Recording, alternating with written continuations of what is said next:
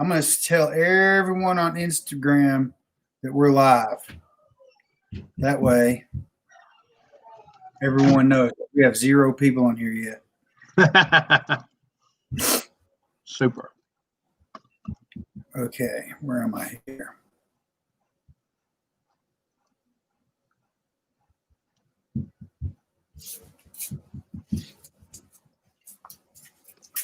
We are now live.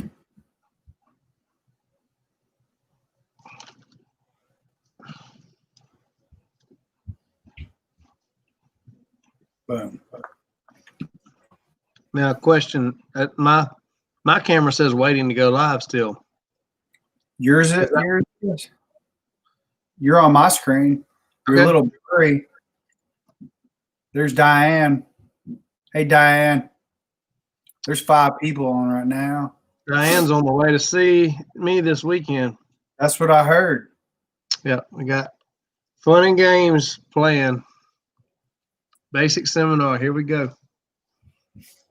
She is coming to see Max. Yep.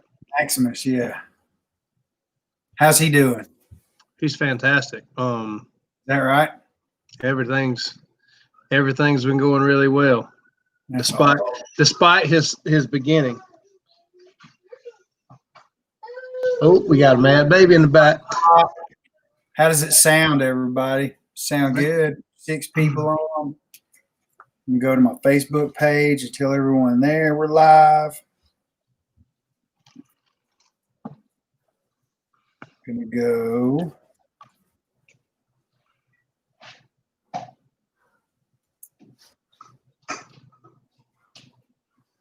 Sorry, everybody. We're just waiting on people to populate.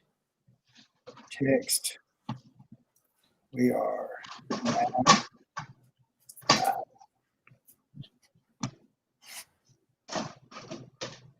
There we go. Super.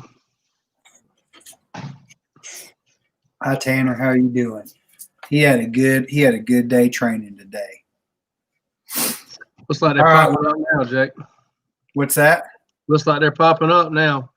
Yeah, people are starting to pop up. How's everybody doing tonight? I hope where y'all are is cooler than where I have been today. It's been a good warm when you hear me.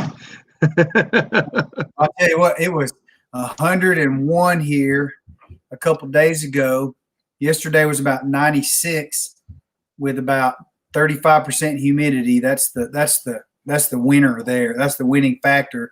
And then today it was only about 73 degrees for a high today. I don't know what happened, but I'm glad. I'm glad it happened.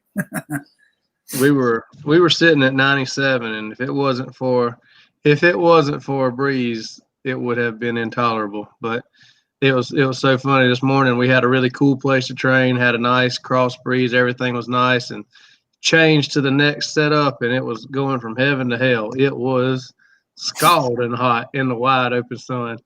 But that's part of it. I mean, I was done with my dogs by all but 2. I was done by 1 o'clock or so. So when it's that hot, Stephen, what do you do? I mean, you just get up early, or what's your deal? Yeah, absolutely. This doesn't just apply to winter time, but it really seems like I can't give you a perfect explanation of why, but it seems like every 30 minutes that you save in the morning equates to an hour saved in the afternoon. So the quicker that you get up and get started and get going, especially this time of year, it seems like the more efficient the day runs. So get up, get out early, choose your setups wisely and your location wisely. You know, shade is one of the great things that we have here that most folks that I don't have. Exactly. I mean, matter of fact, I'm headed out to Nebraska next week. And one of my clients was asking who's going with me. He said, "So how bad is it going to be out there? How hot? You know, yada, yada, yada." And I said, "It's going to be plenty warm." They said, "Yeah, but it's not going to be as hot as here." I said, "Yes and no." I said, "It feels like it doesn't feel as hot, but it feels like the sun is closer to you there because you can't hide. There's no stepping in the shade. You are either in it or you are inside, period.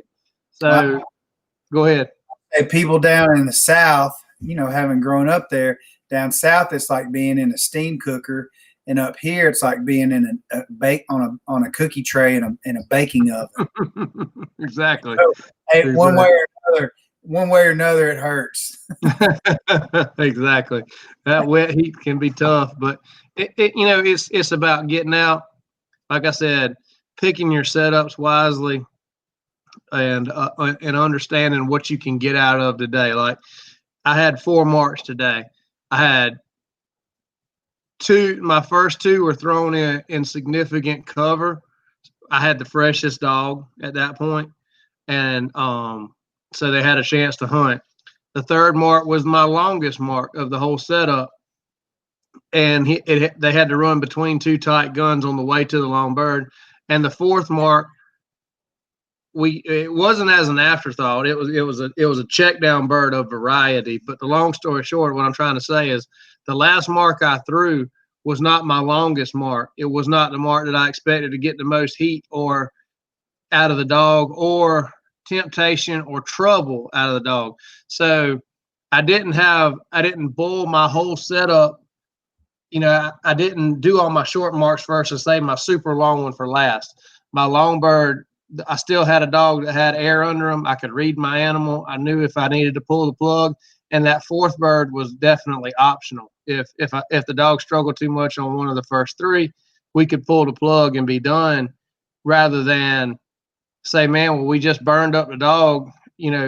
As far as their ability to run right now, we don't have enough dog. We ran 4 short marks, and now we're going to run the big punch bird after that. No, that's not a good idea today. It's slide your work in there, make sure you're getting the most out of your dog when they're the freshest, when they're the coolest, and get them out and get them cooled down as quickly as possible.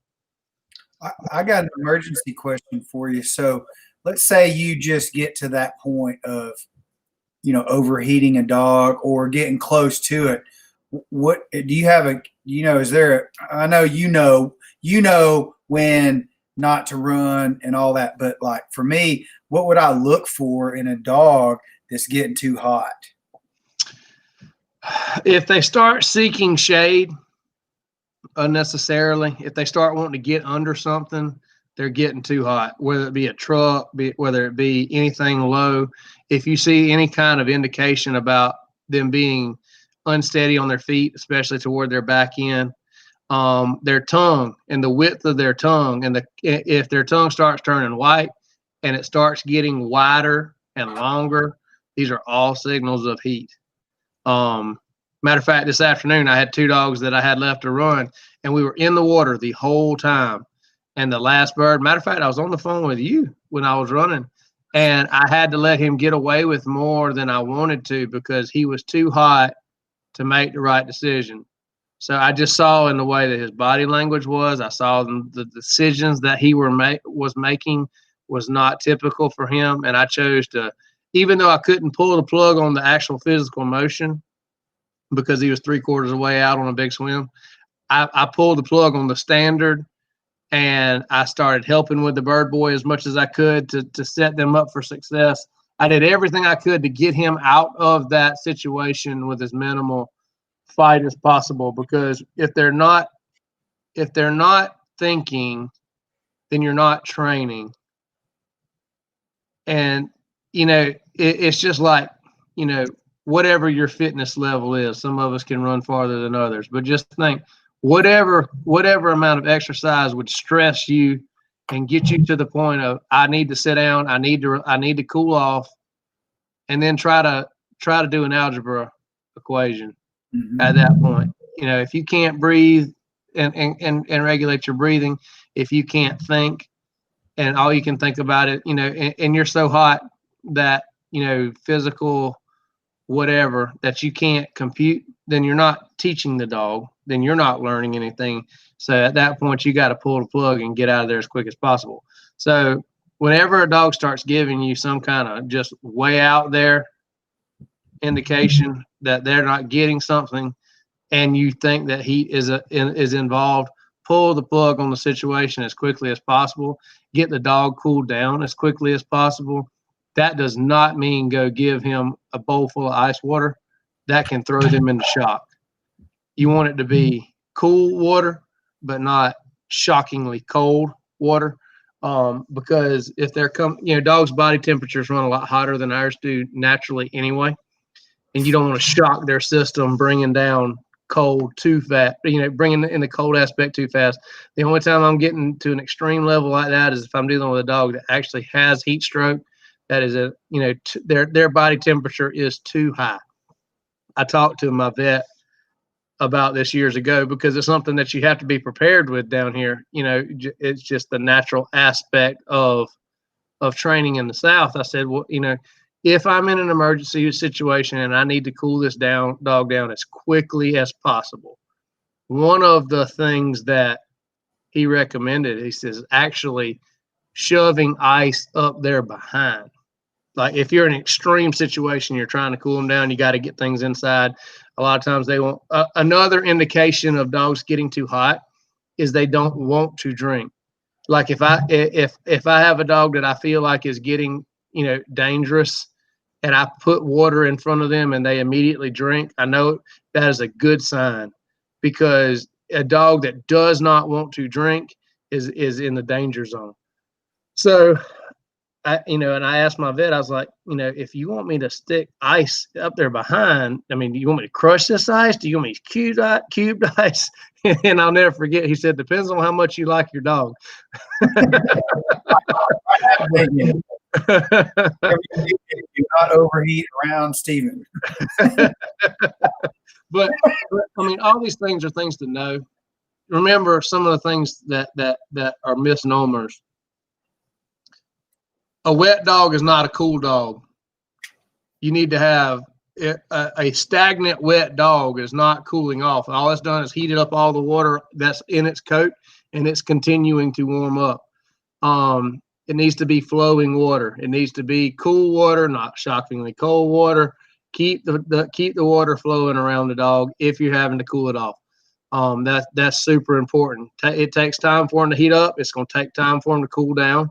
Cooling down slowly is not a bad thing. It needs to be a bit of a gradual process. Yes, sir.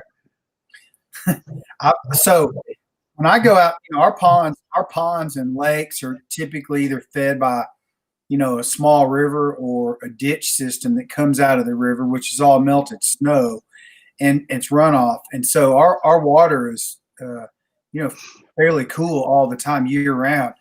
But when I go out to run, I know I'm going to run long marks or even long water marks or water blinds.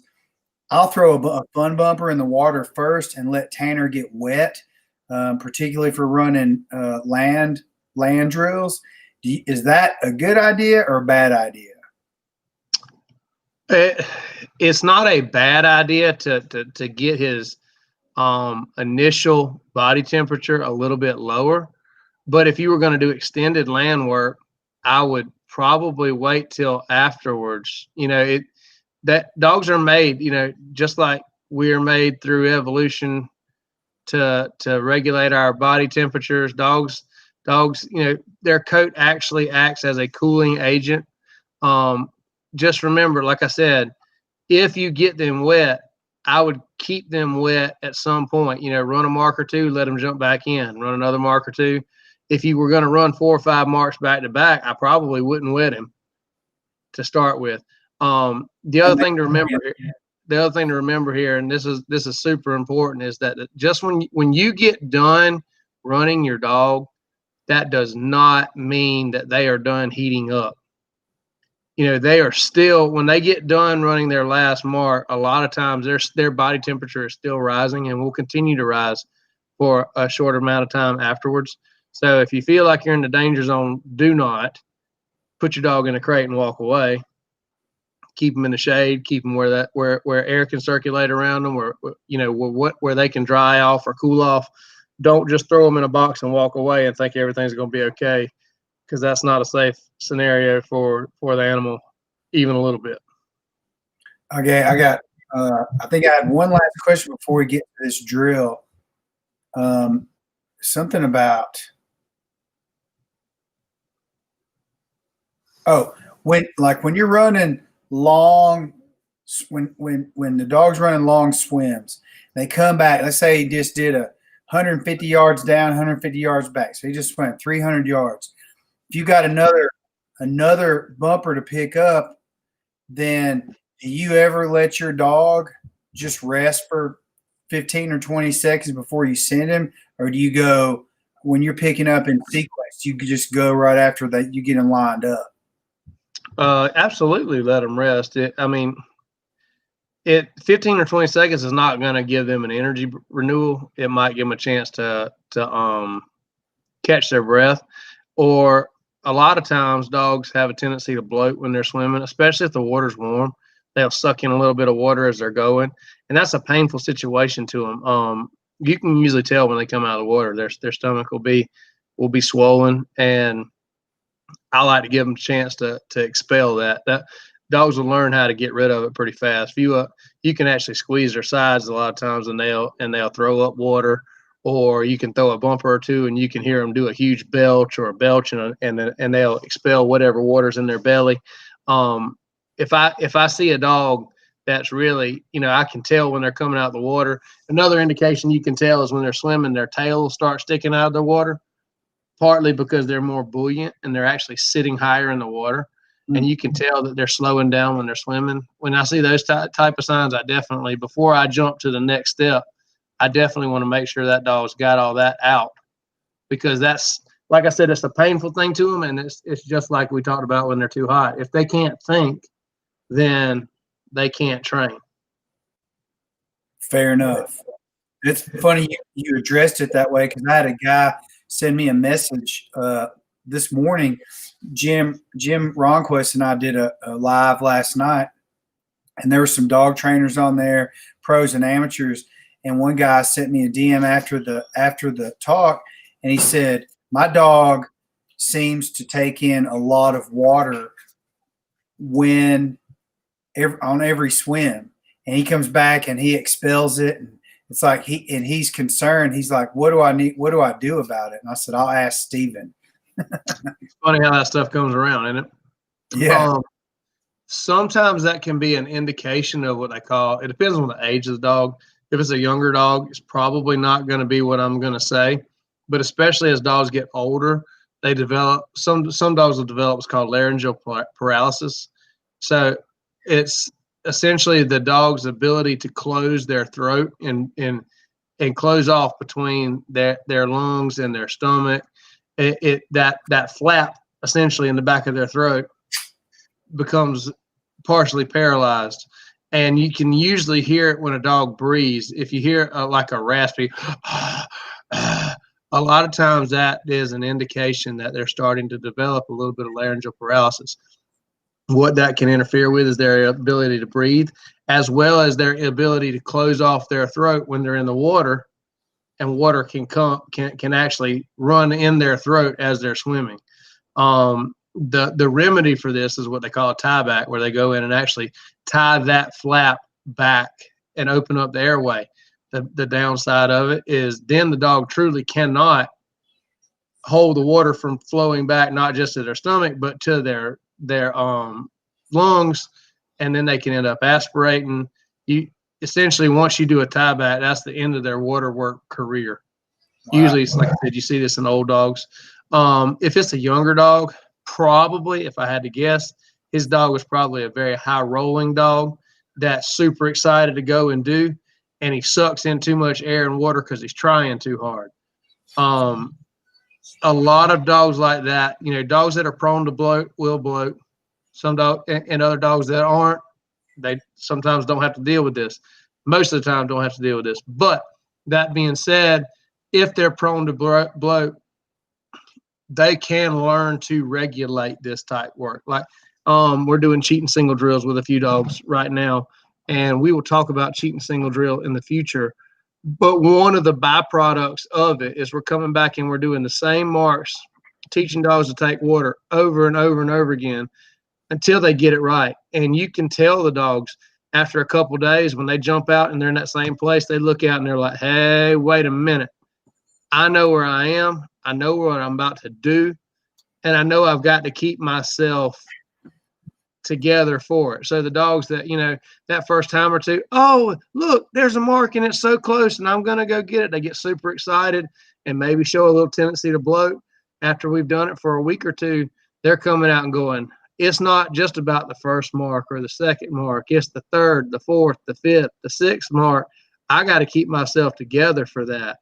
And they learn how to pace themselves a little bit. So it could be a physical issue, but a lot of times it's just an exuberant excitement issue, and the dog's got to learn to hold himself together. I bet that's what it is, because as I recall, the guy said his dog was 18 or 24 months, or 18 or 22 months, something like that. So that's probably what it is. Hot water will make dogs do that more. They have a greater tendency to bloat in hot water, and I think it's because they're actually exerting themselves so much harder, because it's warm. Not just the water, but the temperature itself. Dogs like that, you can't do enough water work. And what I mean by that is you inundate them with that medium, and you get them to be more like a fish and less like a dog, because the more that they do it, the more they'll learn how to pace themselves and deal with it. It's not something that you're going to just, twinkle your toes and it's going to be resolved. That's going to be a lifelong thing that dog has to deal with. And he learns how to pace himself, learns how to deal with it, learns how to deal with the pain when it does happen, and learns how to get rid of it as soon as he gets out the water. All these little tricks that these dogs learn how to cope for their shortcomings. Wow. Learn something all the time, especially here.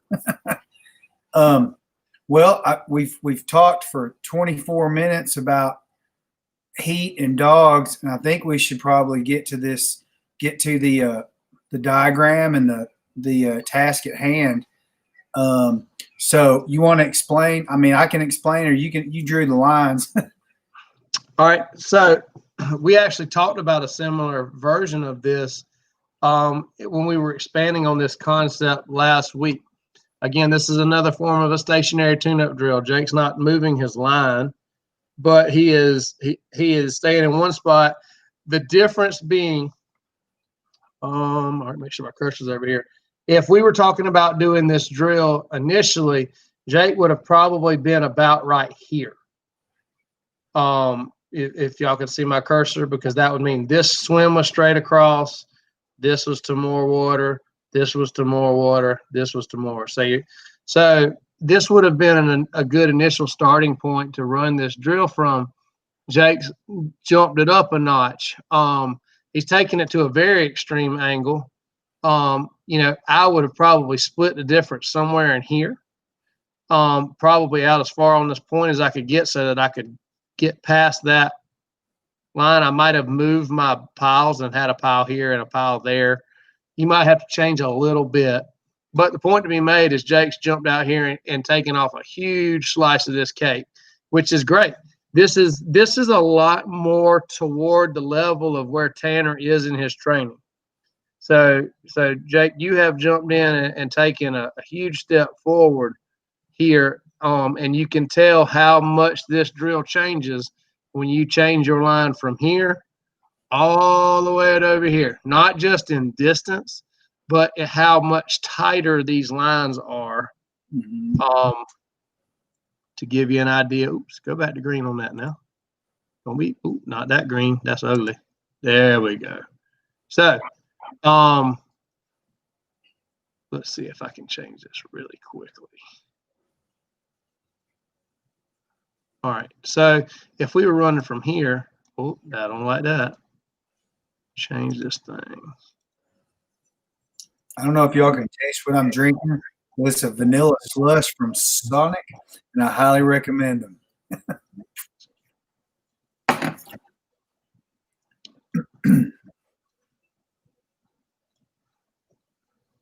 So if you look at how wide those angles would be, as opposed to how tight these lines are, it's a drastic difference. We talked about last week, Jake, cutting that first line out and saying, okay, we've done that one enough. He's swimming straight across just fine, which would give you these 4. And look how much, like I said, you got super distance in between.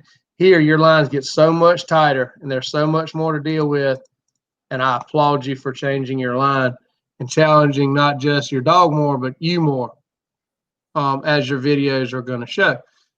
So this is a very good progression, in my opinion, towards bettering your dog, challenging your dog more, and challenging yourself. Now, there was a little bit, this is also a perfect example of how all ponds aren't perfect. You're not going to have perfect separation between each pile. You've got a bigger space here because of the point that came in play. Jake had to change his piles just a little bit to make all that work out.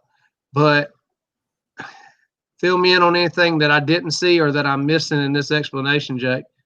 So I think everything you said is spot on.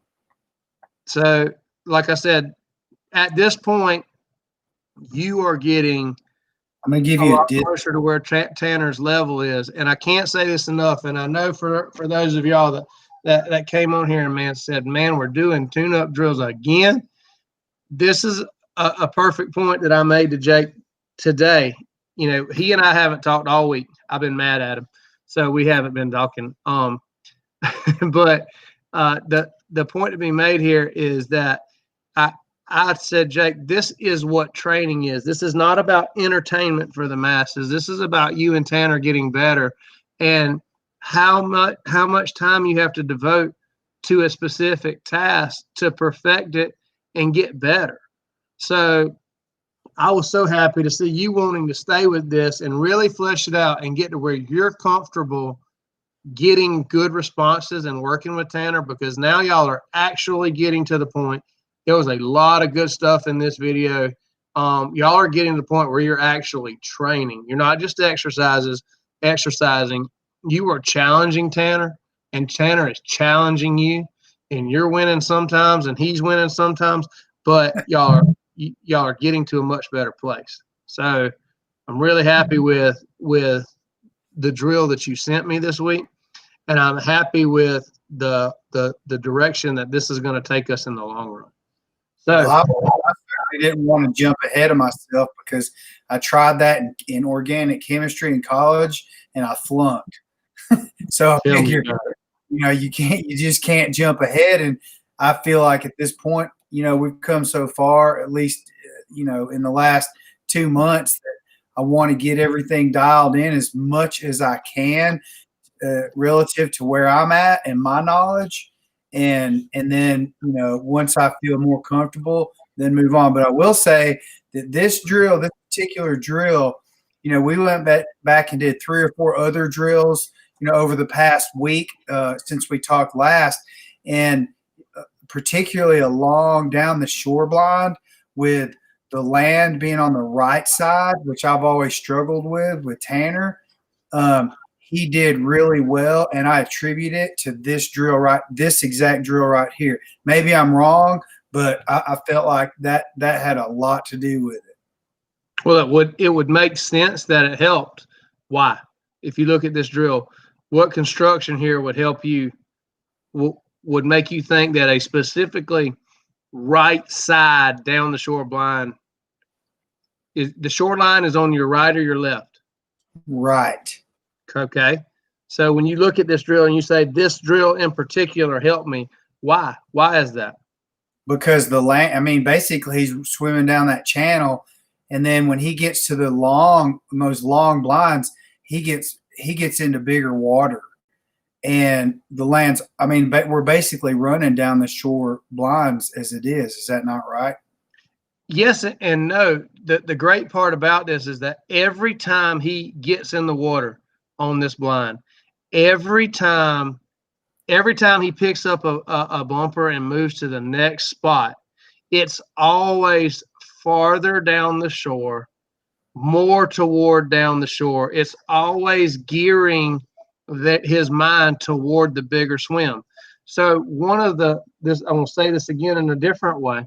One of the byproducts of doing this drill and doing these types of drills and doing these types of drills for a extended period of time, I'm not talking about days, I'm talking about weeks, I'm talking about months, I'm talking about years, is the dogs would rather, if they graded these blinds out, if they had these four to choose from, an unschooled dog, a beginning dog, is going to pick what blind to run. First one. Exactly. Shortest point, shortest swim. What you're looking for them to do is to, rather than choose blind 1, to want to choose blind 4 first. Because let's get the hard part out of the way. Let's go ahead and go do that swim. Let's put this on our priority list because we know that we're going to do it. And rather than do it cold, or do it when we've got the least amount of energy, let's go ahead and go jump into the big one first, because that's going to be the one we ultimately do. Let's knock it out first. And that changes their mindset. Their mindset goes from the bank to the center of the pond. And so that was the point that I've made so often, that you don't take a dog's mind from the edge and bring it out into the water. You change their mindset to want to be in the middle, and then bring them back to the edge. And these type drills, like I said, when you know that you've done these drills enough, is when you try to run blind 1 and they're running blind 2 already. You try to run blind 2 and they're going to 3. It's showing you the continual process of their mind getting to the center of the pond, which is not natural, which is unnatural, which is everything they would never want to do initially. When you start seeing their mind get out in the middle of the pond, that means, hey, it's time to start pushing them back to the edge. It's funny.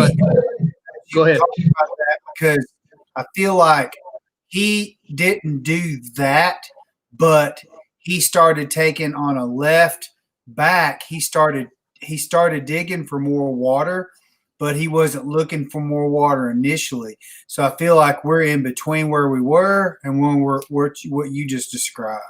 Exactly. I would not disagree with that at all. He's not all this, but he's not all that. Exactly.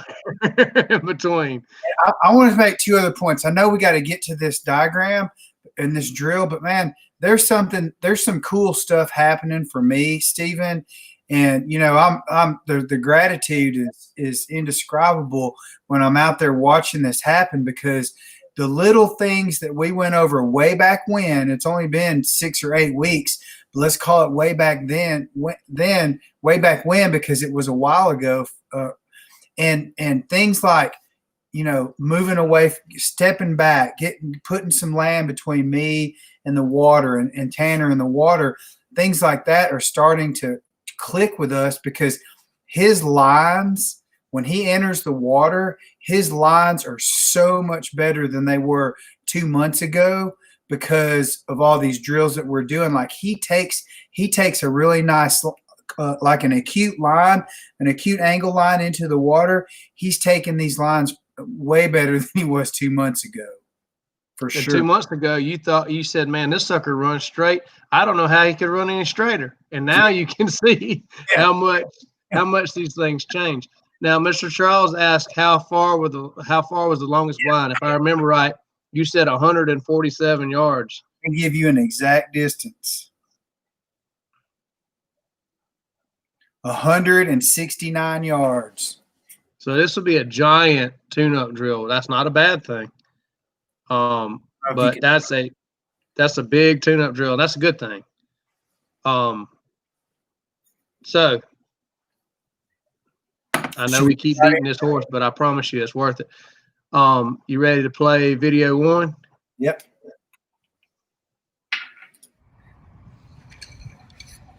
Here.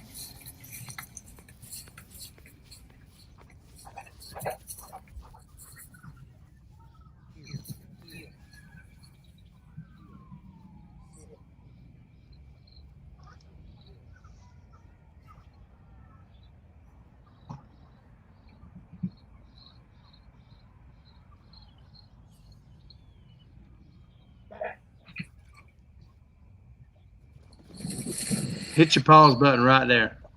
Where's my pause button? Bingo. I got no issue. Now, like you said, you're not all one, but you're not all the other.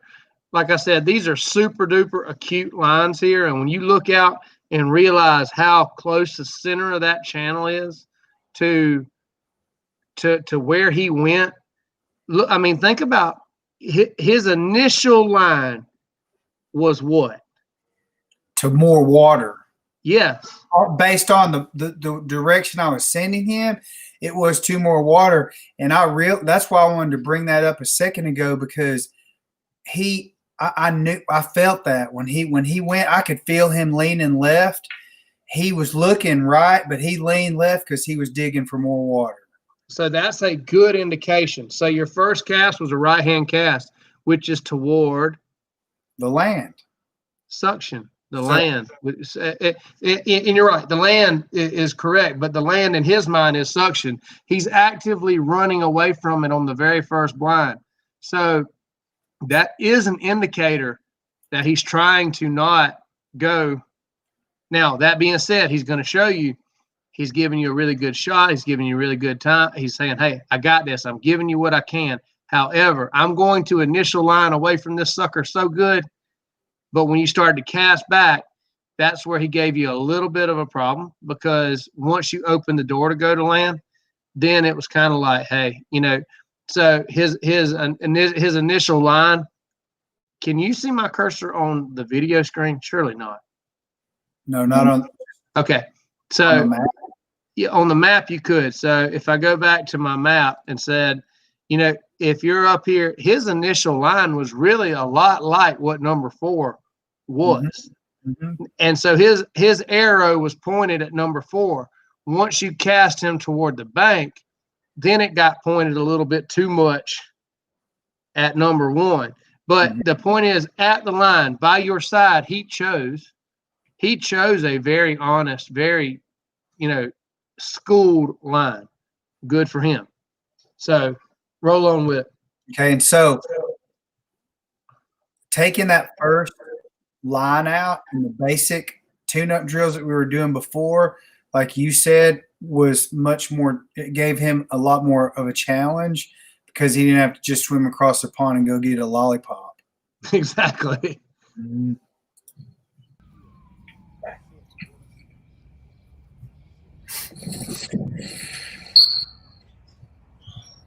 All right.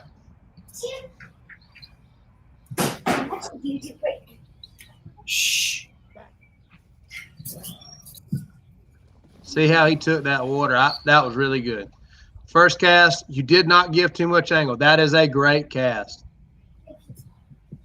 Now, remember, it's okay if you end up having to give more cast toward the right, because that is suction. But he was more than willing to take it. It's so funny, because I was scared to give him, after last week, I was scared to give him any angles at all.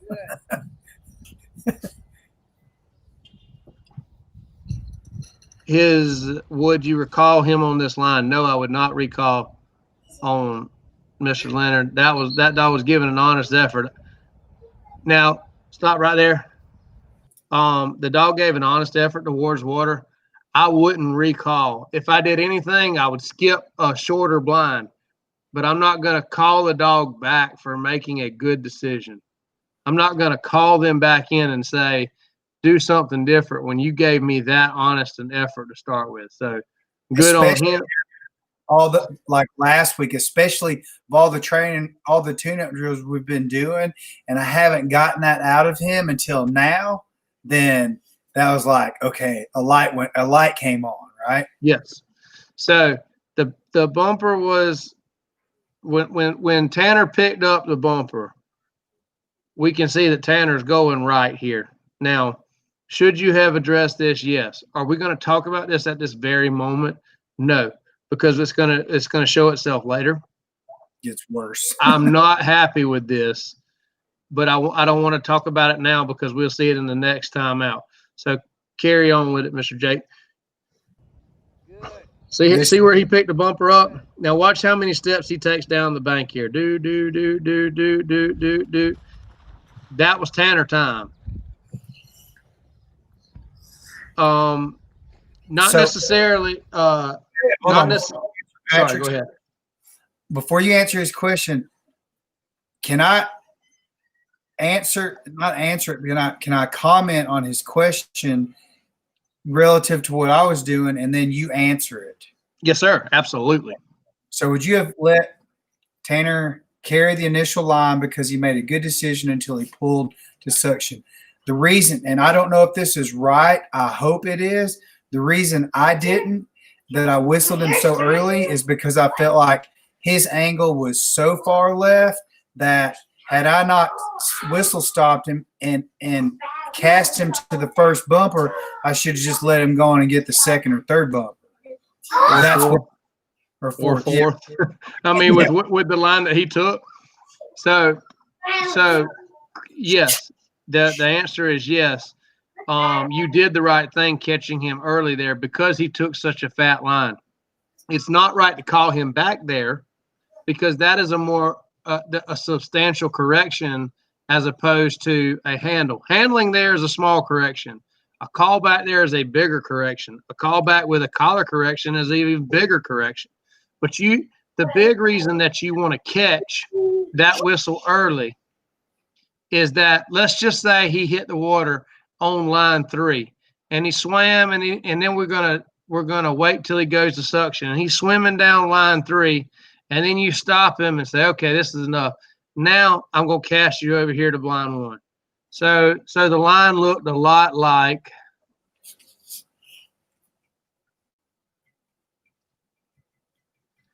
he takes off, you tell him back, he jumps in the water, he swims. Oh boy, look at you. You're being such a good dog. All right, that's enough. Now you cast him to here.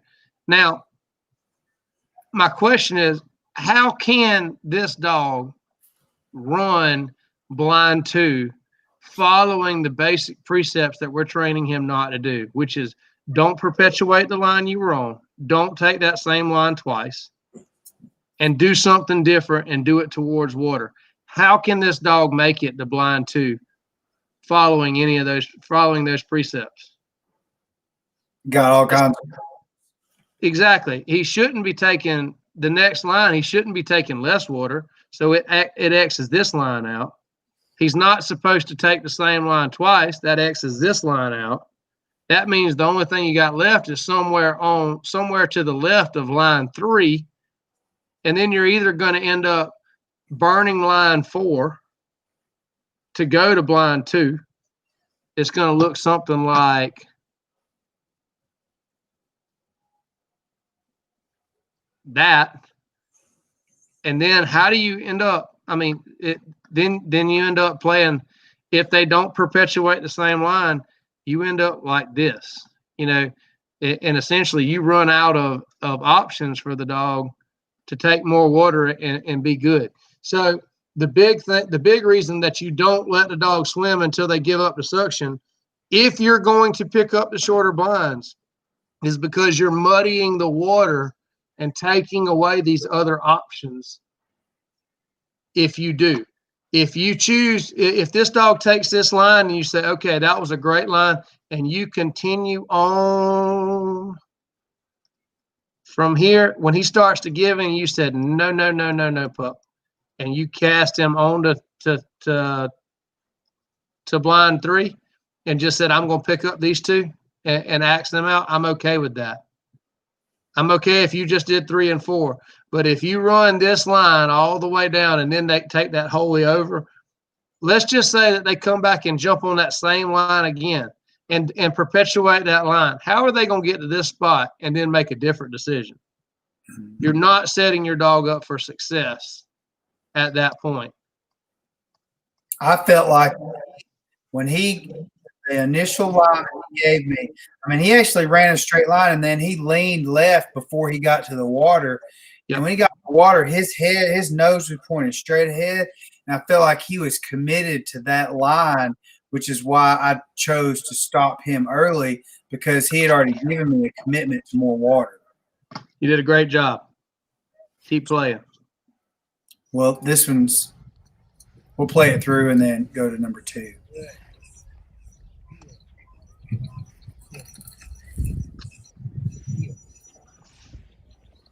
Okay. All right, I'm hearing double audio. Are you changing videos? Yeah. So 2, let me see here. I got them numbered now. You getting it figured out. Slowly but surely. There we go.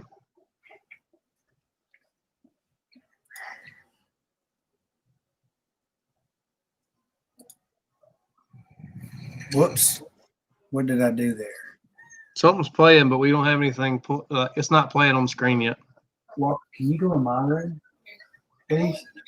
It's playing here. Can you turn it off or go put your headphones on? Sorry, my son. Okay. Huh. For some reason, it's not playing. This is nothing like the technical difficulties from last week. No, we're got everything. Okay. There we go. Here we go. There we go.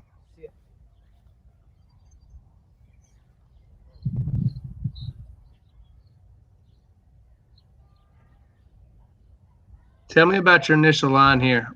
Was this the initial line back to number 1? Hit your pause. Initial line back. Hit. Yeah, So, he ran.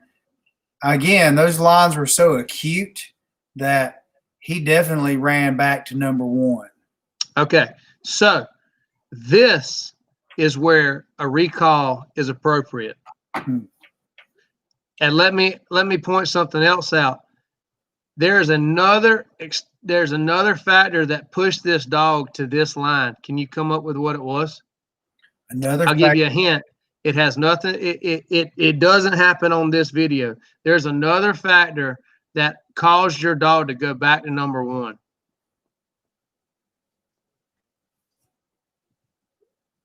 I don't know.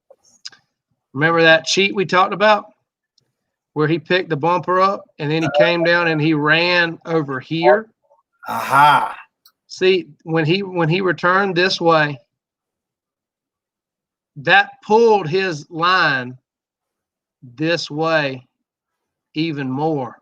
Wow. I never would have correlated that, but it makes sense. So when you're coming back, when he cheated you right there, not only did it hurt you that you lost control, but it also hurt you on your picture.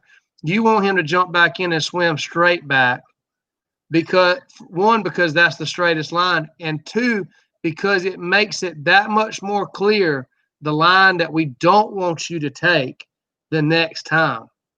See, he took a line on the way out, a line on the way back, and it made this a lot blurrier as to what he was expected to do from there. So he was fixing to swim across to where he got in the water on the return and then run the bank down and pick up number. That is a perfect spot to stop and recall. Gotcha. That if you'd have stopped and recalled there, that would have been much more effective, much more beneficial than whatever it is that you call yourself doing in this next 3 or 4 whistles. Will you answer Mr. Charles Prowler's question? Are those angles too close to each other? No, not for a dog at Tanner's level. Okay. For a young dog, absolutely. This is a dog that's well schooled. See, you gave a cast. He refused. You gave the same cast. He refused. And then you called him in. Now, at this point, do you understand why a recall would have been 10 times more effective than cast? Okay, let's start this over. Yeah. Because cast, let's start this over. What do you do at this point? You know, what this turns into if you start calling this dog, oh my gosh, hit pause. Hold on. When you start, you know, unproductive cast, if you do that too much, he's just going to start coming in. As soon as you stop him quickly up close, he's just going to start coming back. Let's start over. Huh. You got to power through it at that point. Calling back is not an option unless it's an extreme circumstance. It is not a a bailout, let's just do this because it didn't, we didn't get started right, I would rather you stop and recall than have 3 refusals and then allow him to come in and start over. Okay. You with me on that? 100%. Now, when he came in, did you see him come in behind you? He circled behind you. Don't let him do that. What does that mean? That means Tanner's taking Tanner time. Your eyes are pointed this way. When he circles behind you, that is, again, that's him getting where you can't see him and trying to take advantage of the situation. That was just a little him feeling you out. Will you let me come in this way? Because also, go all the way back to pack mentality. If I can get behind this entity, if I can get behind this other power figure, if I can get behind them, then I can take advantage of them in one way or another. So when he comes into heel, bring him into heel, make him circle, never take his eyes off you, and come into heel all on the left. How do I correct that in the moment? If you see him start to come around you, stop him right there, drop your left hand out in front of you, and make him circle in front of you. Okay. Or at the very least, pivot your whole body and face 180 degrees and don't let him get behind you and make him come in on the left. Okay. That looks sweet and innocent. And some dogs are taught to come in to heel that way. And if that's what they're taught to do, I can't make this same argument, but I can tell you what Tanner's not taught to do. Sure. Don't let him come behind you like that, because think of it his way. He jumped in the water not doing a trained response. The second time he jumped in the water, he jumped in and said, I'm not going to give a trained response. I'm going to go back to where I want to go. I'm going to refuse my cast. I'm going to refuse my cast. I'm going to refuse my cast. Now he's calling me in to start over. Now let me see how serious he is. Let me circle behind him and see if I can win 4 times. Make sense? It does. So it looks innocent. It looks sweet, but it's anything but at this point. I actually remember him doing that, thinking to myself, should I let him get away with that? And I just didn't know. And quite frankly, now that I know that his entry, his cheated entry on number 1 caused him to take an initial bad line back towards number 1. Now that I know the reason why, I can understand to call him back now. But as I was running this, I didn't know that was what was going on. So yeah, I just didn't know any better. Can't claim ignorance anymore, right? No, now I got it. Okay. That would be number 2. Number 3, short. Or quick, I should say. Are you ready? Yep. Why? I think when I move it into the screen, it takes a few seconds for it to catch up to itself, I think. Well, there's no need to apologize on that, because this is so awesome to be able to have that aerial picture and draw this out. I can't say thank you enough for figuring that out, because this has just made teaching so much easier, so much more interactive. Oh, here we go. Okay. Wow. So this is actually blind too, correct? Yeah, this is the second. The second sin on the second blind. Oh, that's right. That's where we're going with that. Hang on 1 second. Sorry, folks. Just when I was bragging on myself, I jacked it. I think this is it. On my screen, these panels shift on me when I click on one, so I get lost in them. Okay. Is it playing on your end? No, sir. Come on, buddy. Come on.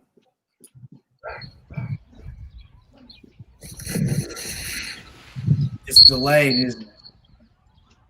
Just a little bit. I can't tell. if this is blind 2 yet or not, or if this is a replay of.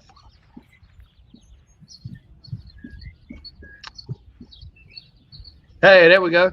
Now, great job, because you paused. He still didn't give you a super line, but you stayed with the correct cast, and he got frustrated, and Jake's fist pumping. I like the way that title flashes up there. That little, that's the edit. little subliminal, whatever, subliminal messaging.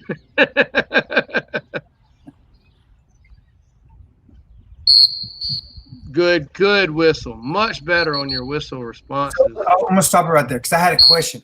I remember when that happened. So when I stopped him, he looped around to his right and his feet touched the ground. So I whistled him back about 5 or 6 feet and then gave him a cast. Is that what I should do? I didn't know. I don't know what to do when they touch land. I would have that wasn't wrong. He circled to his right intentionally there so that he could get to the bank. So probably my first reaction, if I saw that happen and identified that he's swinging that way intentionally to try to get to the bank, I would have probably beat, whistle, and then cast it away, because in his mind, he wasn't dry, but he was the next best thing to it, which is I got my feet on the bottom. Right. And he made a conscious effort to go there, and you're not trying to destroy him for that decision, but you are trying to say, hey, pay attention to me. Quit trying to do Tanner things. Let's do train things. You knew better than that. Correct. Okay. So see how he's digging to the edge? Well, no, he was thinking about, here's where he's going to drop. Yep. And see how, exactly, that was that little tweet right there where you saw that little dip to the edge. No.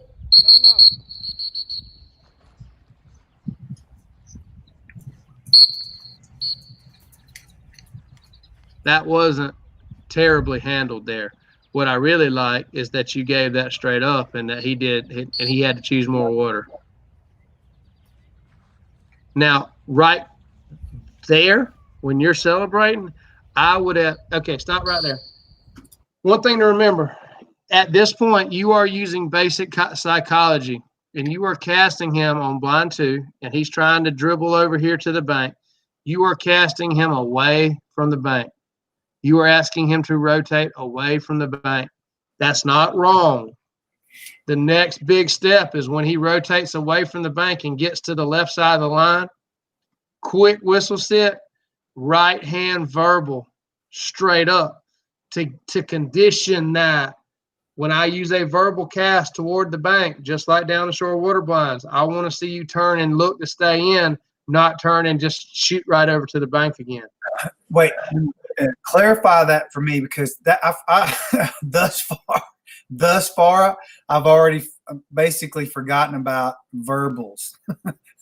Well, and this is where we're going to have to go back and rehash down the shore water blinds, because this is, again, as much as you learned, as much as you got out of it, I can show you so much better with these pictures, and I think I can give you a much more clear understanding. But remember, in down the shore water blinds, when we wanted them to turn toward the bank and stay in, we used a verbal straight up. It was a back and a cast to get them to turn and stay in the water. So casting away is, remember we talked about one of the comments I made when we were talking about down the shore water blinds, and I know this is not down the shore, but it's the first cousin to it. If you keep moving your line around, you're getting to down the shore in a hurry, right?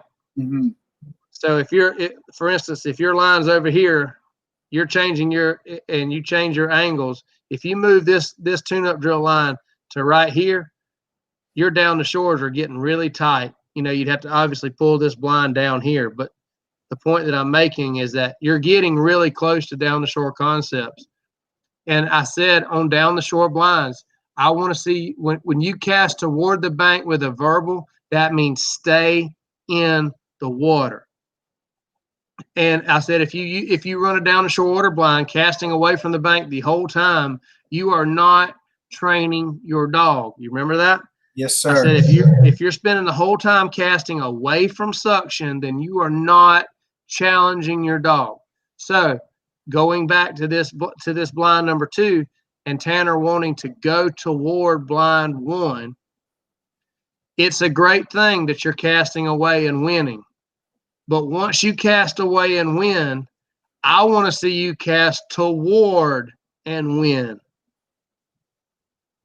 I want you to give a cast toward number 1 with a verbal. And by number 1, I don't mean cast at 1. I mean, let him rotate toward where he's been and then choose to stay in. That's what I'm getting at there. Okay. So this blind that you ran was great, but you can challenge him more. Once you see him choosing more water, I want you to rotate him toward the bank with a verbal and choose to stay in. If he doesn't, let him go to the bank, tweet, verbal no, cast him back across the line, straight over across the line, tweet, right hand verbal back. And you can go from across the line, straight over back out into the water. Yes. Okay. Correct. Let him get black and white. It can go from in black and white being wet and dry.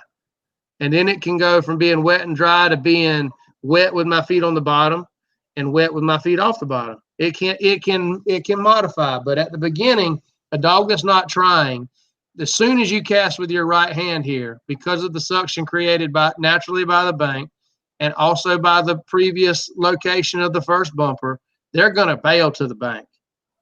And if you stop them quick and handle them, then you're not conditioning the cast as much. All you're doing, if you stop quick and handle, that means that you're casting toward the bank. The dog's immediately taking a straight over and you're stopping and saying, no, don't do that. Don't do that. Get back out in the water. Where I am saying cast toward the bank.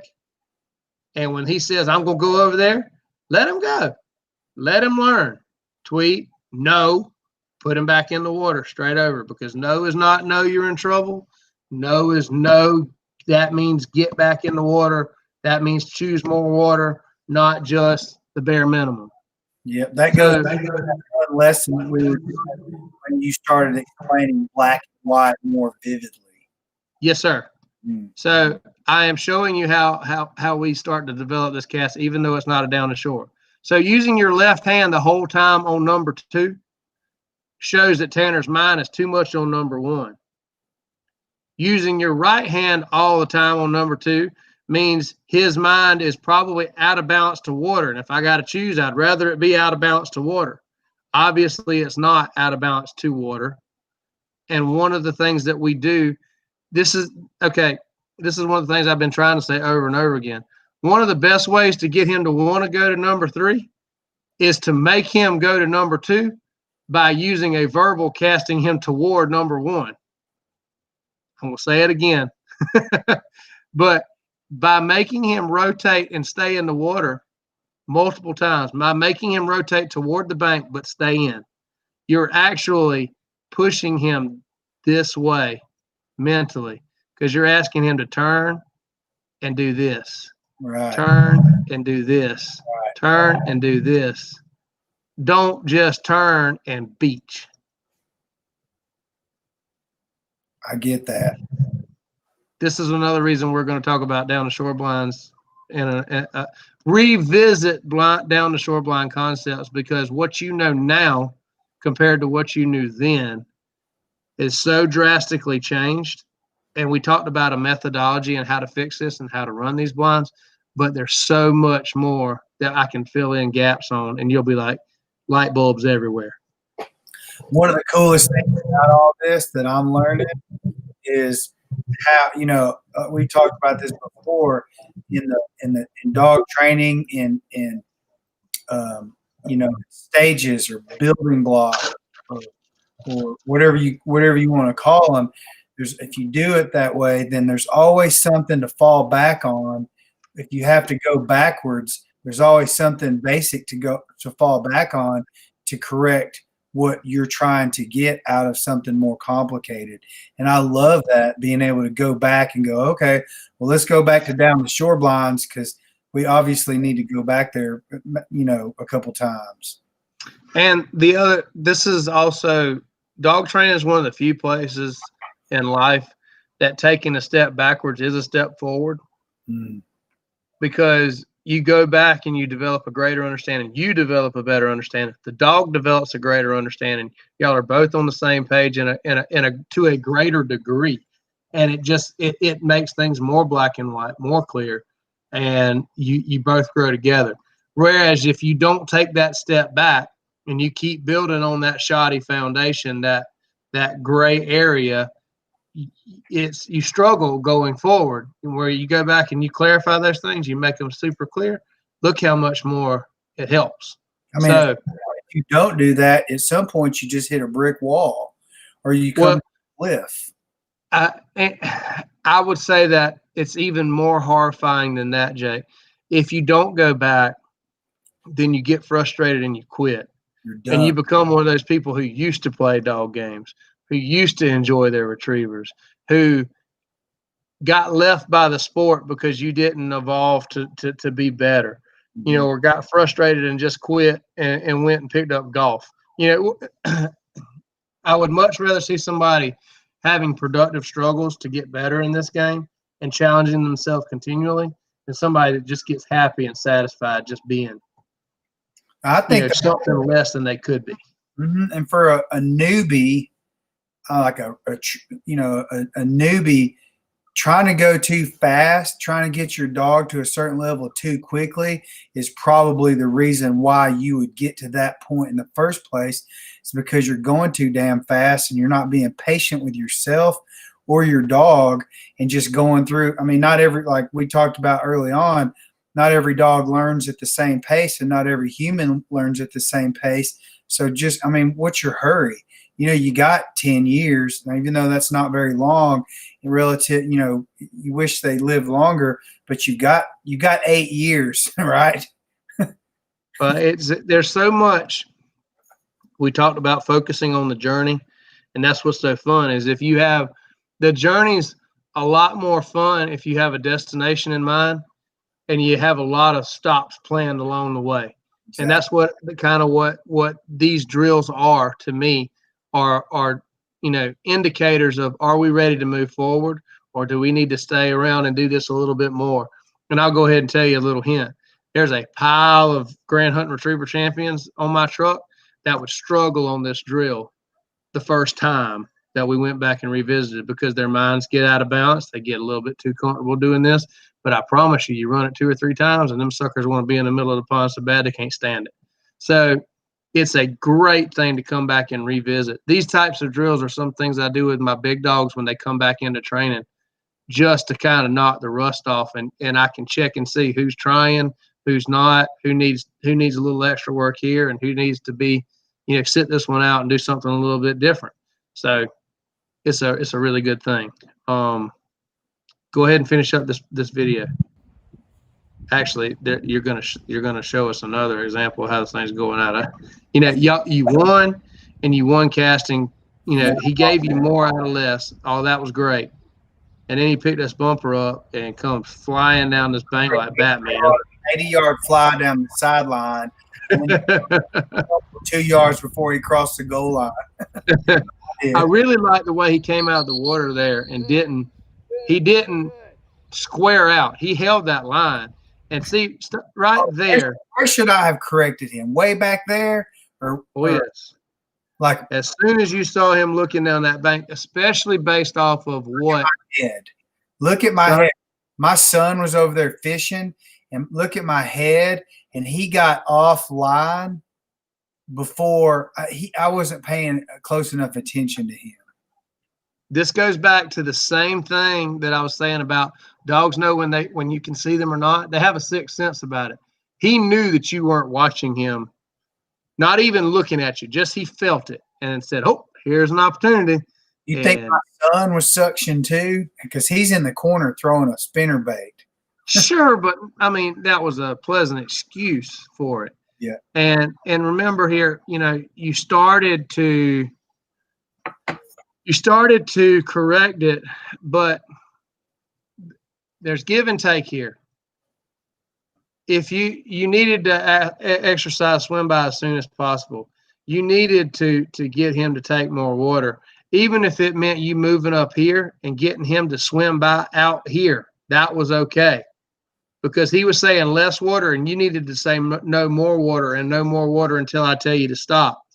Not, and this is the problem with asking for swim by is you potentially muddy the water over here. But I would take that. I would take a really good swim by and correcting that and maybe potentially messing these lines up, but probably not, as opposed to the dog bailing down this bank and winning in such a big way in his mind. That makes all in the world to me, what you just said. And the first time it was a little cheat. The second time, look how much it grew. There's more how much correction than there is risk in muddying that water up. Is that what you're saying? Say it one more time. More value in that correction in engaging. Correct. Yeah. There is risk in muddying that water. Absolutely. And if we were in vacation Bible school, we would talk about how that little sin on the first one led to the bigger sin on the second one. So that would be one thing to point out is how much that violation grew and how you needed to ask for swim by. And the other point to be made, if you get swim by and you go 10 feet and then turn it off, how far is he going to expect to do swim by the next time? 10 feet. Exactly. If you get it, put your foot down and demand it and get it. Because look how much, since you didn't, look how much cheat he got away with. Mm-hmm. I've seen that, the swim bys that we do in drills today, I see that. So the way I would correct that, I'm asking a question. The way I would correct that would be let him commit, but let him go, like pull him off, let him off the hook on his swim bys at different distances, or always let him go long. Different distances, but look for the commitment to swim to the other shore. Right. Always get the commitment to swim, to make that swim before you cut it off. If you just, and remember here, and apply what I'm about to say to your corrective measures. If you're not getting the turn on the verbal no, if you're just stopping and giving a cast, that's just bumper and mouth handling. That's not swim by. But when you say no, no means turn and take water until I tell you to stop. Mm-hmm. So if he blows off that first no and comes on in, don't stop giving the tweet no over until you get commitment to water, because in his mind, you're changing your mind. The first time you said take more water. The second time you just said take a little water. Does that make sense? Yep, 100%. Yeah, I was actually ahead of you there in terms of understanding what you were explaining, because I remember when we went through this in the drill, whatever it was, 3 or 4 weeks ago. I remember that specifically. Boone Cook asked, are you running the same drills on the same spots multiple days? Or are you changing locations each time? Every single time I run a drill, it's in a completely different location, unless I'm just exercising Tanner. That's it. So I have 3 ponds, and I haven't used the third one yet on video. But if I feel like we've ran too many drills on this pond, then we go over to the other pond. I mean, I try to be as random and unpredictable as I can with what I have to work with. So there's good and bad there, Boone. If this was a young dog that was steady learning, like I said, remember Rex Carr said, if you set up a tune-up drill, do it at least 5 days. So Jake and Tanner are working together. Tanner's actually, I'm not saying that he's above these drills. I'm just saying he's figured this out, as you will see on the next couple. He understands the concept, and Jake's trying to challenge him. So that's why he's jumping around. But it would not be wasted time for him to come back and do these drills. But we wouldn't have near as much to talk about if he videoed this again and again, except a dog making a lot of really good decisions. I mean, yeah, and all So, those are based on, this is to you again, Boone, based on the fact that Tanner's trained, his training is way more advanced than my knowledge. So I can just tell when we walk up to a spot, he starts looking right where the bumper usually is, you know. So I like moving around. So, you know, he's like, he doesn't really know what we're about to do. the other side of that too, the reason to come back and revisit this drill is not to work on your left hand cast. It's more to work on that verbal right hand staying in. So you should win your left hand cast really quick, and he should want to give you more angle, and then you can work on that spinning and taking, you know, him not bailing to the bank. That'd be another good reason to revisit this. And here again, That's that makes me you want ready to get out, run outside, and do it again? right hand back cat verbal right up next to the shore. All right, so finish this up, this part.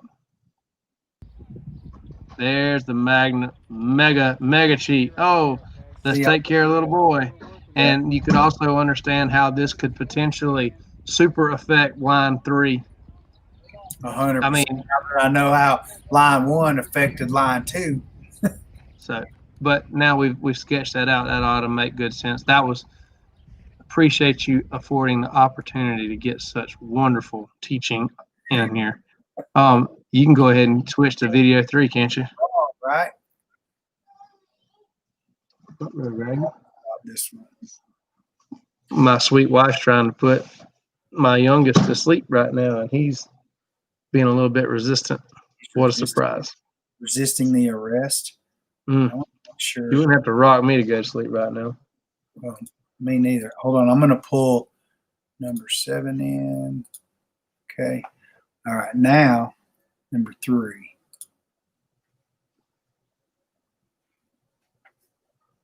Look where his head is, by the way. Do you see how it's cocked just a little bit left? Mm-hmm. He's thinking water right here by his own good graces, because he's already got away with a huge cheat.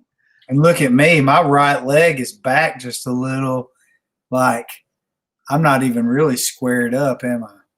You're not perfect, but it almost invites him to go back right, which I would almost encourage. I'm not telling you to point him crooked. I'm just saying, if he wants to go there, let him go there. Let him find out that that's not going to be the answer to this situation. Well, I didn't do that on purpose. Well, I'm just giving you a little. It's all right. Hold on. Let me back it up, because for some reason it's got about a 1 second delay on it. He made a more water decision getting in. Mm-hmm. Now he's thinking about the bank, and you're going to give a good left hand straight up. Delayed? It's not terrible. On my screen, it's not doing well. I mean, it's playing right now. And Jake's flexing his muscles like, hey, I won. And that's great. But at this point, that's where I would encourage you to go tweet right hand straight up and see, can he rotate to the right and then stay in the water? So that would have been a verbal cast for me, most likely. And if he stayed in the water, or it didn't change, then I would give a silent. But I want to see if on that right hand cast, can I keep him in the water to start with? Should I have to be any angle to my cast at this point, because he's so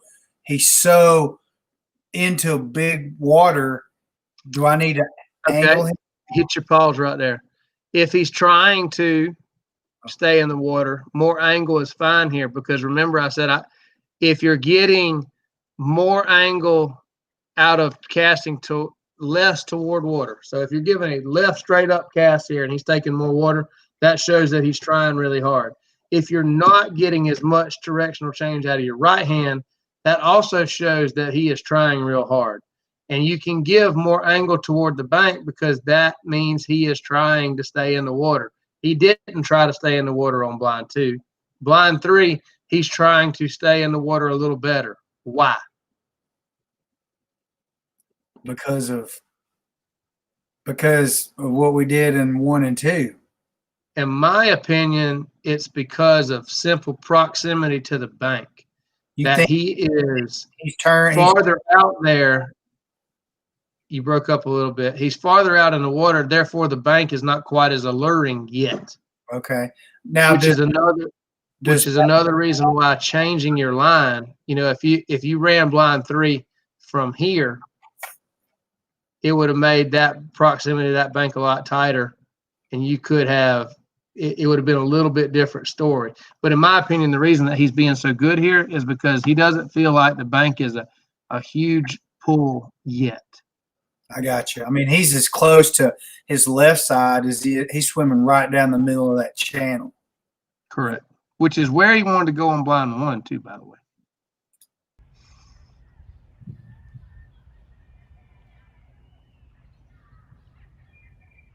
Now that's a gradual approach to the bank. That's not a bad thing. What he's doing right there, and usually when you see them gradually approaching, they'll actually start taking less. That they'll start trying to stay out. They're either going to square right or they're going to try to stay in the water 1. He's doing an incredible job holding a line right there. But at some point, he's got to give it up unless he's on line, and I don't think he is yet, right? I thought he was. Then yes, he is, because man, I mean that was incredible. And like I said, he didn't square out terribly bad. He held a good line. That was Jake's singing the victory song right here. And here comes the holy terror. Oh my goodness. You're only about 50 yards late here? No. Over Tweed. And Tanner says, no. Now see, again, that's not swim by at this point. You got to use that verbal no. No. Oh, we finally going to give it. And Jake guessed it? No. Over. That was good? No. Over. Oh, that's the echo. Okay. And see, you turned it off right there. Good. I would have made him go farther. You would have? Just because, I mean, look at how far he swam in relation to how far he cheated. Yeah, that's an that's not even a triangle, a 2/3 of a triangle. That is an L. Yeah. He probably went 70 yards when he picked up the bumper. He ran that bank 70 yards back to where he got in on number 2. So you could really see, even though you got swim by, you still lost because you did not demand the follow through, the commitment that where he was taking advantage of you. All right, I gotta go run a drill. I'll see y'all later. Okay, so that one's over. That I stopped it because these little video pop-ups can only be 100 megabytes, and if they're much over 2 minutes, I can't upload them. So while you're flipping over, Lumberjack Waterfowl said, when first teaching a young dog handling, is there an age you like to start at, or do you base it off their maturity? Usually that comes with maturity as well as progression of training. You know, you've got to have obedience, force fetch, collar conditioning. You can do basic handling before all this stuff, but when you get all these things in place, that helps to a dog's understanding of what you're looking for. So I don't have a black and white age, but assuming that you start force fetch around 6 months, and you have, I like to not do a lot of handling until I got a dog marking well and through force fetch. So obedience, then force fetch and collar conditioning and all those good things that go with it. And getting them marking well, assuming that takes somewhere around 3 months. If you started with a 6-month-old dog, that's a 9-month-old dog before you're doing too much handling with it. Some dogs may start earlier. Some dogs may start much later. But I don't really fall in love with a specific age as I do as in progression of training and where they're at in their training. I'll call young dogs, I call puppies 3-year-old dogs a lot of times, because to me, you know, when folks are asking, I'll be like, this puppy this and this puppy that, and then they'll look at me and say, I thought you said that dog was 3, and I'm like, well, yeah, he is, because he's still a puppy. He's still getting ready to learn. I mean, to me, that the dog's just got all the foundation in place and got all the fun things together that we can start teaching the really advanced stuff. Mr. Leonard, why is this making laugh because you know how it feels to be me. Hey, if you want to really know how bad it is, you ought to be standing in front of me while you're trying to get swim by, and I'm going, seriously, is that what you're going to do? Oh my gosh, really? Thank God it's on a video screen and we're not in Georgia and you're standing right over my shoulder. Now, one thing in that last video that you can go back and hear, at some point there, you actually did physically nick him. Mm-hmm. It was about 4 or 5 casts too late. But I mean, you got to start calling him a little quicker on his bad behavior and doing that with a collar. God bless you for doing this in the middle of a neighborhood and being able to, you know, I don't know how much of that is you being tentative or uncertain, or how much of that is you just didn't want him to alert anybody to, oh my gosh, that big bad man might have actually used that. I'm ready for that fight, Stephen. Tweet, Nick, tweet should have happened way up the bank, way back there. Tweet, Nick, tweet, no, over. There's people tearing statues down. Believe me, I'm not afraid to debate whether electronic collar is a good thing or a bad thing or not in my neighborhood. In fact, there's always people that stop and watch what we're doing. And fortunately for me, they think we're doing a really great job. Okay, number 4. This is number 3.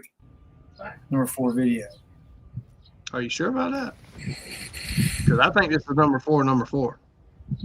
1. Because you sure are sitting mighty nonchalant for a dog that would be swimming line 4. No, because I got the other 2 are labeled number 5. For sure. So either you ran an extra blind and we ran 5 instead of 4? I'm not sure. I'm confused. I labeled it 4. That's where it is in the video.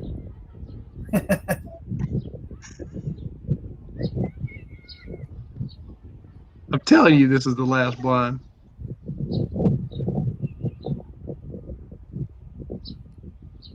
Did he just ask for a key corn? This is unbelievable work. Everything's great. But I would point out at this point, this is the exact line that he wanted to run on which blind? 1. Hey. 3 and 4. So he might actually be a little bit more, you know, he's showing you a good decision-making process on the line itself. I mean, at your side, he's trying to do good. He's still trying to figure things out, but he is trying to do good. I'm so confused. Yeah, this is number 3. Because it's up in that corner where that white dirt is. So he's in line with it now. And now he's going across it.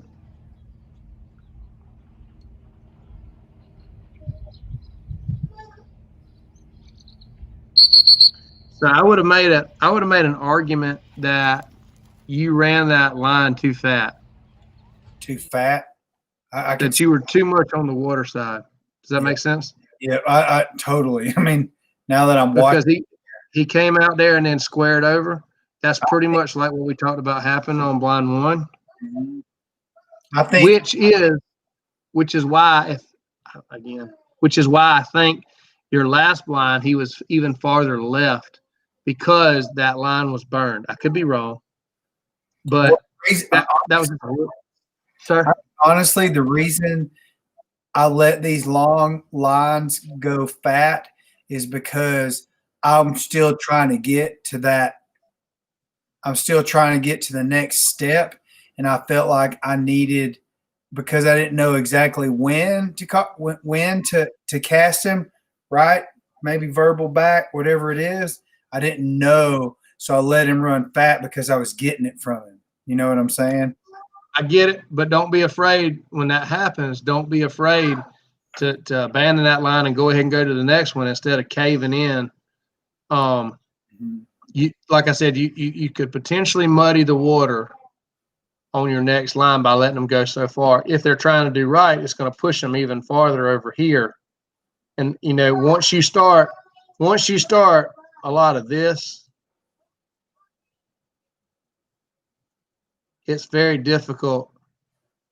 You know, you almost have to do on this one, you almost have to do that. because of the lines that you burn.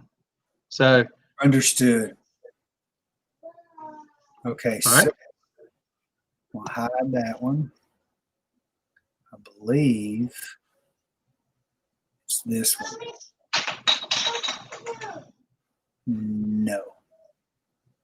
There's no way it's that one. B. Let's be this one.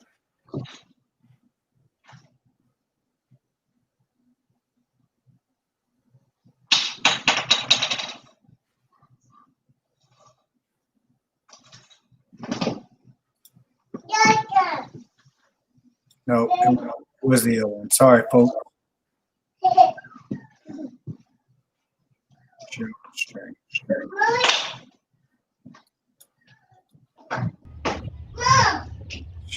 This is number 6. And what have I done? Mm-hmm. I think I may have done. Hang on.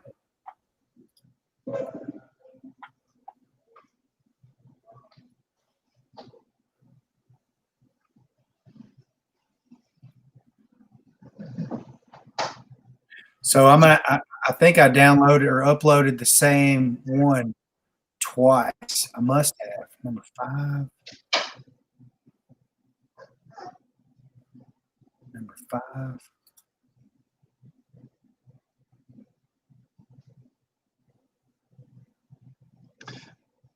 I mean, if I remember right, your last one, I mean, it's pretty much a big swim down the channel, right? With very little issues. I think I maybe only had to whistle him once because it was basically split that channel right down the middle. So, you know, if we can't get it up, that's what happened. Yeah, it's not the end of the world there. But I mean, thinking again, reference to how we were talking about tune-up drills last week and how square across your swims are.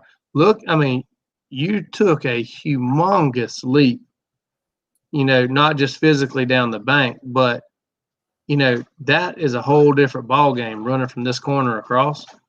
Not only that, you have a little bit of baggage left over from your old piles from running it from here straight across as well. The only thing that I could really get upset about here was those huge cheats down the edge, which started small and grew exponentially in a hurry.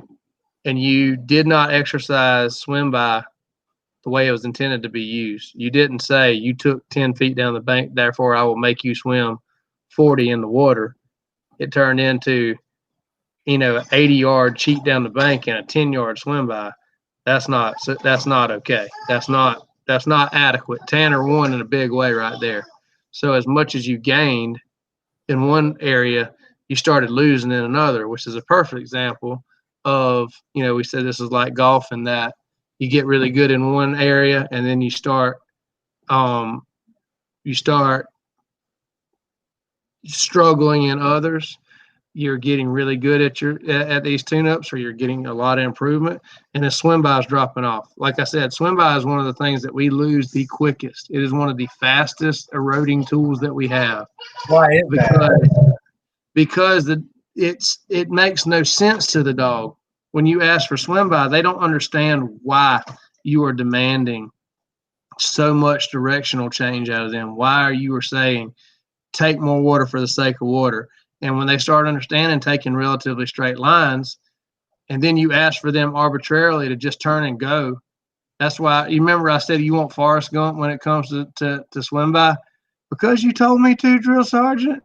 But don't ask why, just do it. And that's why Tanner's going, why? No. I've done this before. Okay, I'll give you. No, I'm going to run out a little bit. No, okay, fine. I'm going to pacify this dude. I'm going to swim for 10 yards. Then he's going to tell me, okay. The reason that you lose it is because you don't use it and you don't demand it enough and enough consistently, and therefore they take advantage of you. I got eventually like the football team goes, nope, you got to run a lap. Hold on 1 second. I couldn't hear over a baby. a baby working his mother. Kind of like All right. playing football in practice in football. You keep making a mistake. Your coach keeps saying, you owe me a lap. Go run it now. You owe me a lap. Go run it now. You either stop making the mistake because you don't want to run the lap, or as soon as you make a mistake and he starts to go, hey, then you already turn and go and run your lap because you know what he's fixing to say. Am I Exactly right. Exactly right. And you say, okay, no, I'm not going to ask why. I'm just going to do it. Mm-hmm. So that goes into Tyler's question about, do you revisit swim by in drill form? Hopefully you don't have to go back to drills too often, but you can arbitrarily turn swim by on at any point in time in your training. So you go back and revisit in drill form if you have to, if you've lost the skill. But if you keep the skill sharp through maintenance and using that drill in a regular fashion, you don't have to go back and visit it as much. Miss Elaine, I'm 100% in agreement with you, although I do not want to go to Sylvania right now because it's way too humid for me. I'm a Southern-born Western boy now, and I'm way too accustomed to dry, low humidity. But I'm going to go to Sylvania eventually, and it's going to do me a world of good. I agree with you 100%. Okay, we got this one up.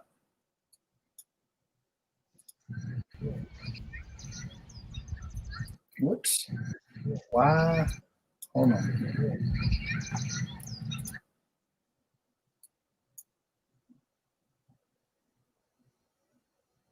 Is it playing on your screen? Was it? No. It wasn't mine either. Come on now.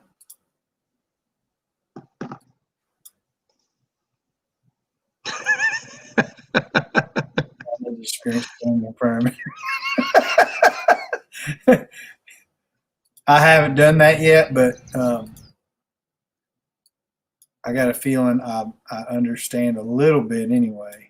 One thing that I would point out to brag about for just a moment, Brian Boykin, who has won the SRS University the last 2 years, they did a podcast with her on Waypoint Outdoors. If you go to Waypoint Outdoors and go to the podcast, they've got the SRS thing. I think they call it Behind the Line.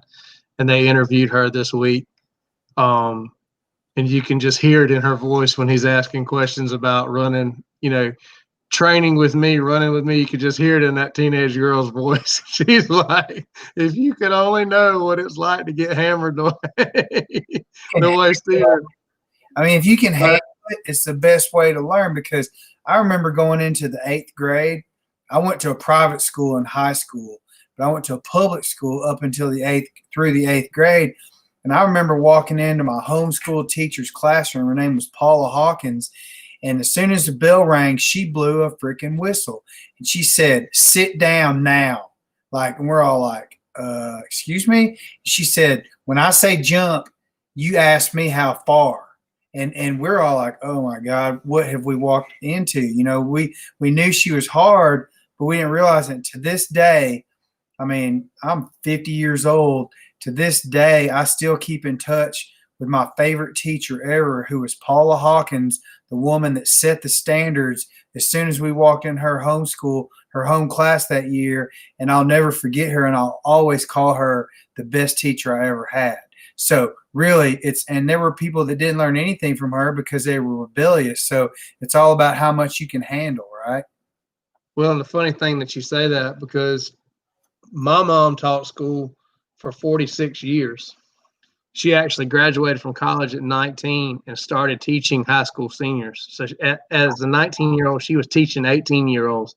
Wow. So she taught 3 generations. And I wish I could tell you how many times I had someone come up and go, "Your mom was my teacher, and she made the biggest impact on me in school," because my mom might not have been the teacher you liked the most when you had her, but when you moved on and went into the real world or went to college, you realize she's one of the few teachers that truly prepared you for school.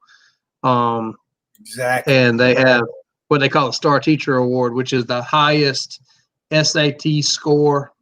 The child who has the highest SAT score each year chooses their favorite teacher and says this is a star teacher. And my mom's got a shelf full of star teacher, you know, where that student chose her as the most influential teacher they had. So I can understand what you're saying because I grew up with that woman that you're talking about. Okay, here we go. I think it's ready.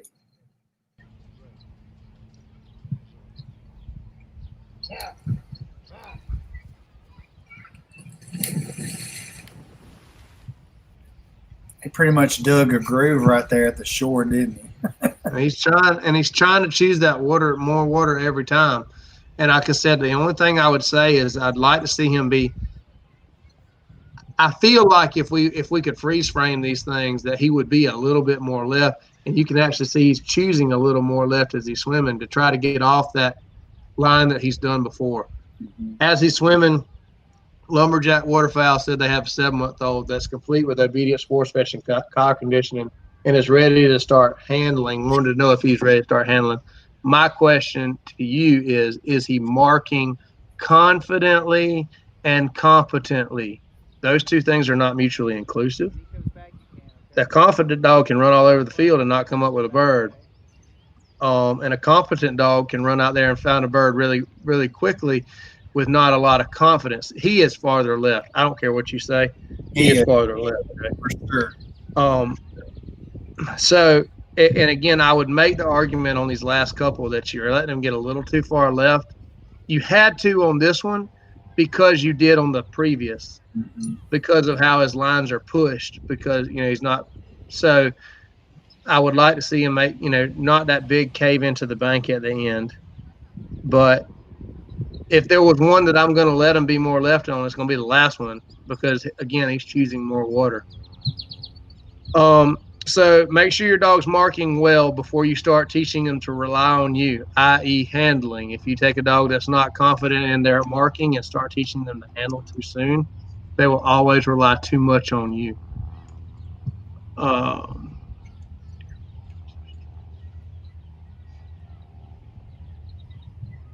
can do that, Mr. Leonard, for sure.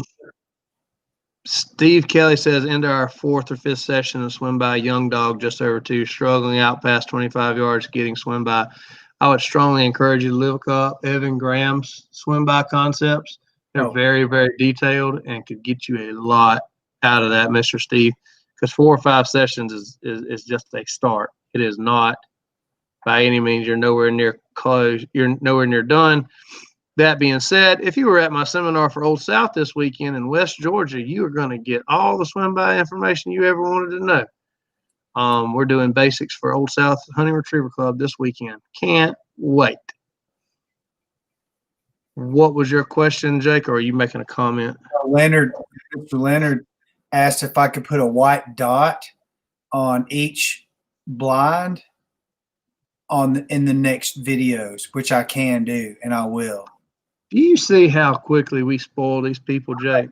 We're asking. We've got aerial photos. You can edit this thing in paint. This is free. These people are sitting back in their chairs. I tell you what, all the work that we're doing, and they're asking for more. Okay.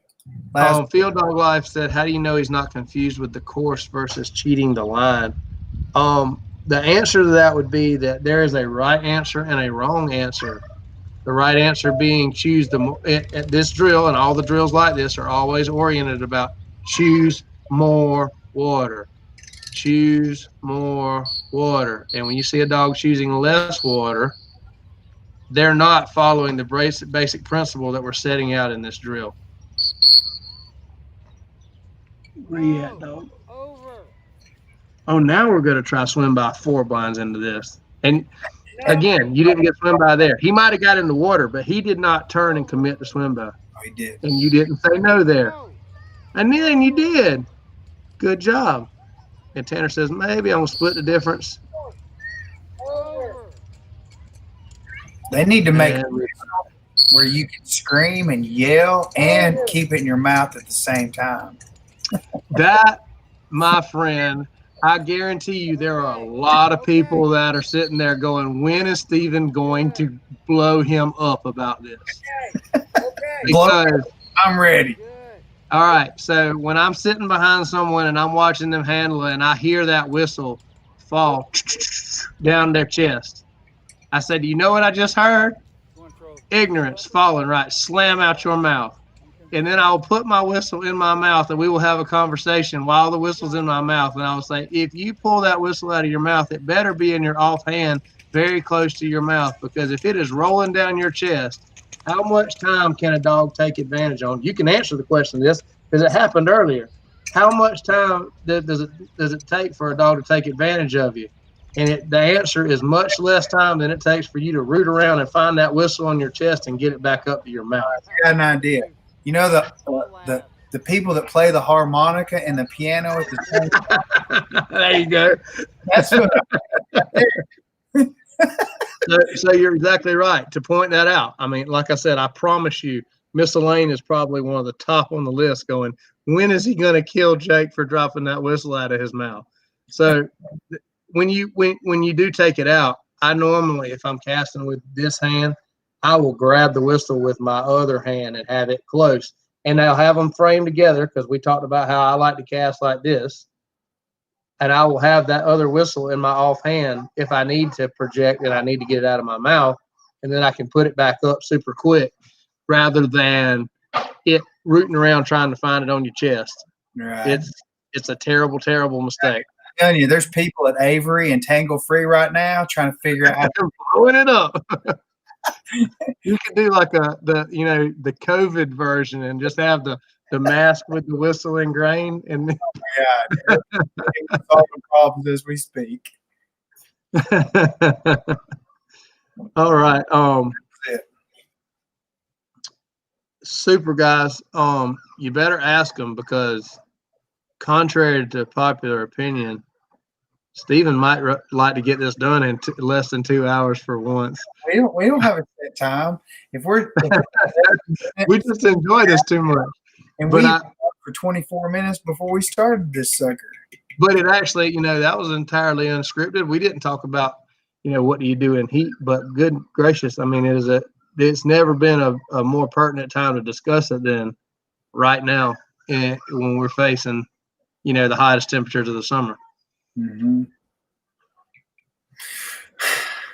So, where do we go from here? I think a revisiting of your down the shore blind that you've got in the can and maybe another one or two, and really reevaluating what you got there and seeing how that applies to these tune-up drills is a good thing. You've also got some advanced zigzag drill stuff in place, and I want to talk about also cheating singles and how they are similar to tune-up drill. There's so much.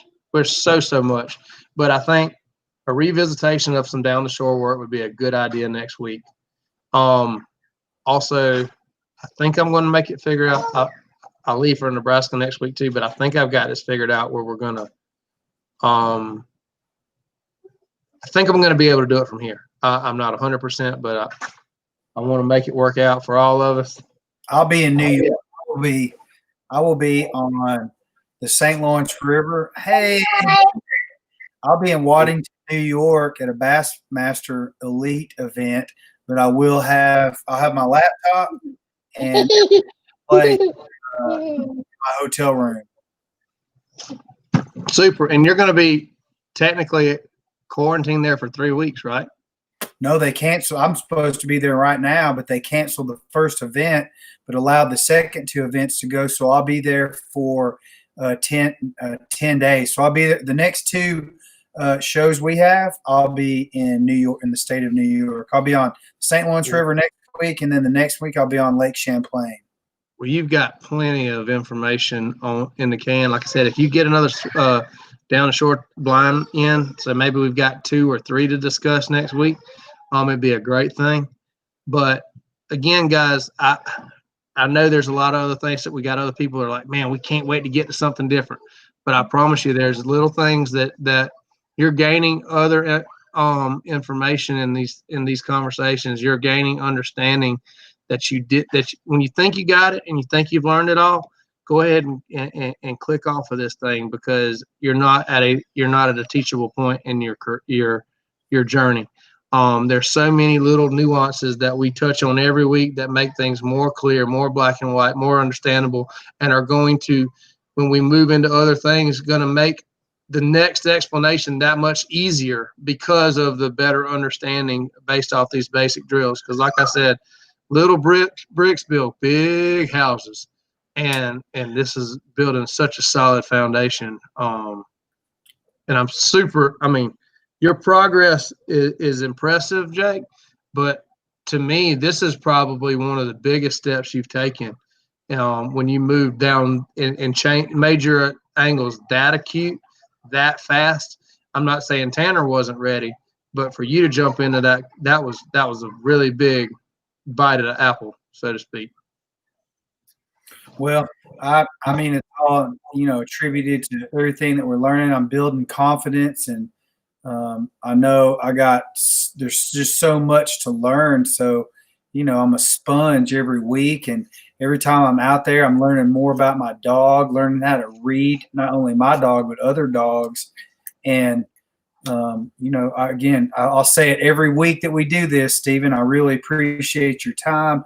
Appreciate your dedication to allowing me, to learn under your thumb. And thanks everyone for showing up. We had about 26 to 30 people on here all the time, which was pretty good. Like to see more. I'd like to build this thing so that, this is a larger stage and a larger audience, but you guys are asking a lot of good questions, and really appreciate y'all paying attention and all that to the Retriever Connection. That's Stephen Durrance, and I'm Jake Latondras. Hey, you make sure you get those white dots on that video. Yeah, I will. Let's do even better. Why don't you make it an orange one so it could represent the blind bumper? I was going to say this. Do you want me to color coordinate everything? At this point, I point out to y'all, I begged for weeks to get this aerial stuff. It can't be done. It can't be done. And it made everything so much. Like I said, I think it's going to help that down the shore conversation even better. And we can really check in and see where you're at, and on not just Tanner's progress, but your understanding of getting that schooled cast, all that good stuff. Super, guys. Thank y'all so much. Good night. Kiss your wives and your children, and say a prayer for your family and for this country, because we need all the help we can get right now. Amen. And have a safe trip to Nebraska. We'll do it. Y'all take care. All right. See you guys.